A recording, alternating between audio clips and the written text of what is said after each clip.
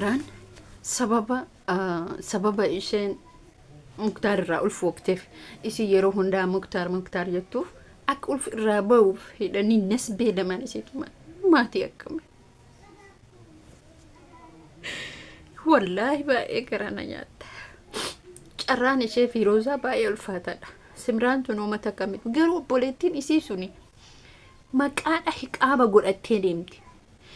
Obboleettii irraa baate ilma namaa yeroo jiru gorsan malee yeroo du'e wanni bu'aniif amma otoo duute intallitu wanni godhan hin jiru. Erga isiin rakkoo kana keessa seente wanni fidan hin jira. Ilmoo ufiitii fi obboleettii ufii yeroo nasbeen jirtu yoo isiin durree taate otoo bakka kana hin ga'in gaaf isiin gurbaa kanatti dabalamte maaliif cal'isan? Hadda gaaf isiin nasbee lamaan isiin ulfa garaa godhattee hadda dubartii dhalte taate akkas isii gooti. Wallahi carraa akkana manna namatti hafuudha. Hedduu ulfaataadha.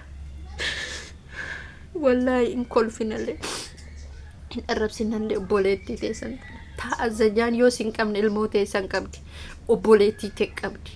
Wallahi warri kolfitanii warri Simraanitti gammaddan rabbiin ilmoo teessaniin isinii deebisuu danda'a. Assalamu alaikum warahmatullahi wabarakatuh. Jirtu akkam nagaa keessanii fayyaa keessanii wanna baay'ee ulfaatu argaa jirra. Muktaar illee ka isii darara rabbi isa haa dararu.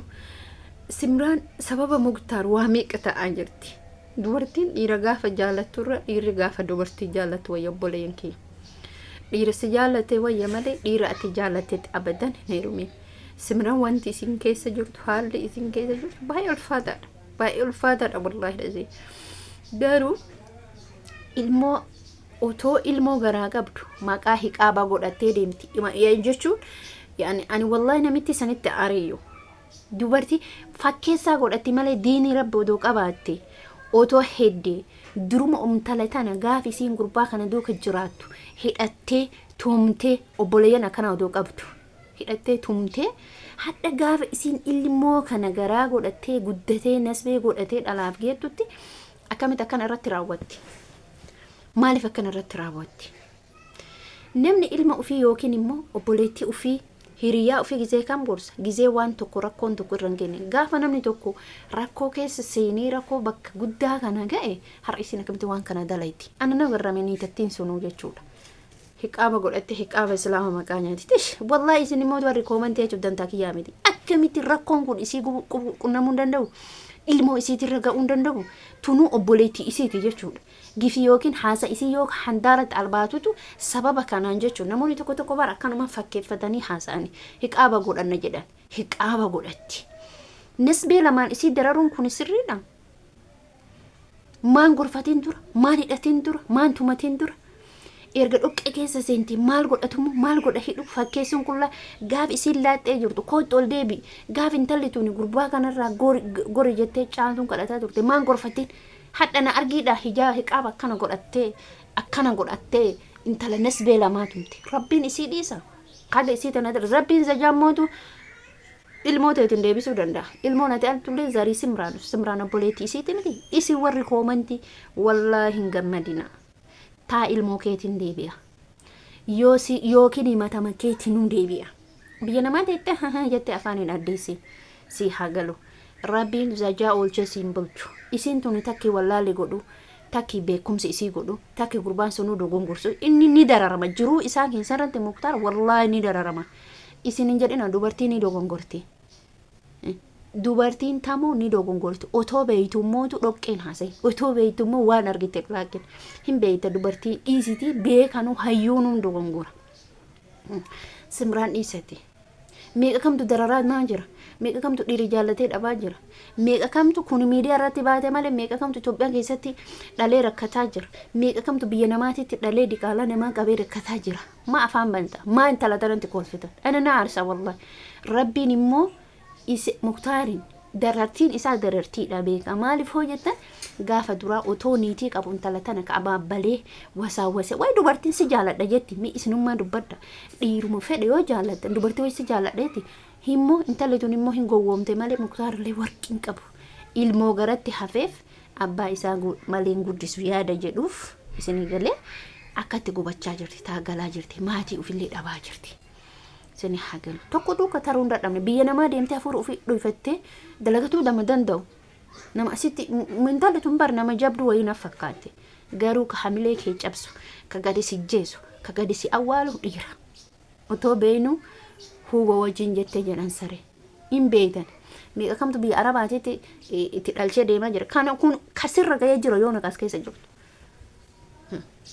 abbaan manaa keessatti fuudhaan jiru har Simraan miidiyaa irratti baate Simraan arabsitan namoota waan akkanaa hojjetan rabbiin zajaa isaanii qabata gurbaan kun immoo intala tana dheessaaf achiin bade muktaar haa badu garuu maatiin isii kuni intalli tuni ani kana ibe ta hiqaaba godhatte nasbee lamaan intala darartu tunan ibe nama biraatitti sinaaru Simraan inti sinaaru garuu obboleettiin isii suni gizee dura isiin akka feeti taatu san maa hiiteen tumin maa manatti hin galchin har'a argite har'a ilmoo har'a obboleeyyummaa barbaadde har'a sil ruuhii keessaa baasuu heddi maaliif isii dararti rabbiin isii dararaa bara ilmoon qabdu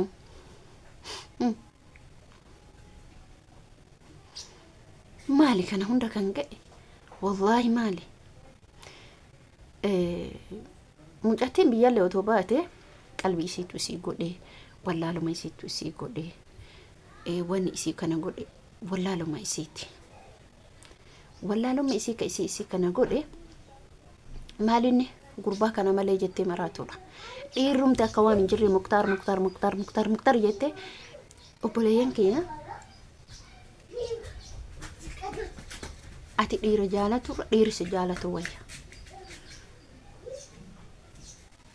dhiirsi jaalatu wayya ati gaafa dhiira jaalatte harkaan dhoqqee qabatte harkaan dhoqqee laayite sin barbaadu ka ufii jaalatte waan ta'eef isiin har'allee isa jaallatti ilma isaa garaa qabdi nikaa isaa ofirraa qabdi nikaan qabdu jettan malee dhibbaan dhibbatti nikaa ofirraa qabdi nikaa qabdi kuni beekamaadha maaliif qaadi sharii irratti hidhatan duraa dubbatanii jira wayita wal jaalatan sana garuu wantoota akkana nasbee lamaan godhu hin ulfaata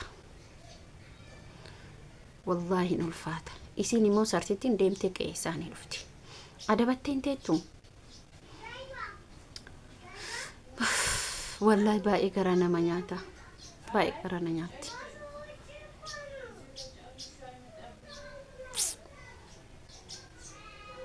ay ilma namaa kana ay ilma namaa kana hin amanina rabbii tokkicha malee ilma namaan amanii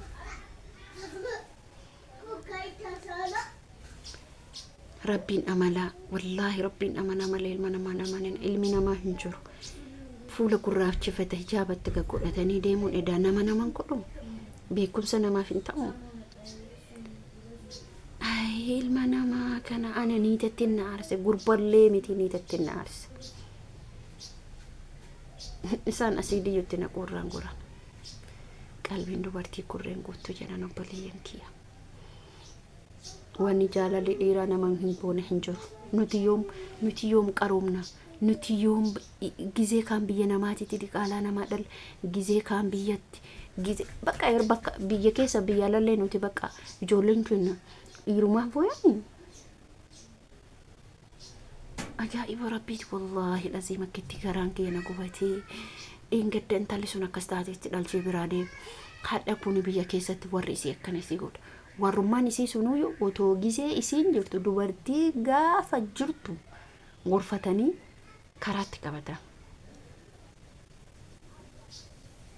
ajaa'iba rabbiiti viidiyoo keenya laayikii share subscribe godha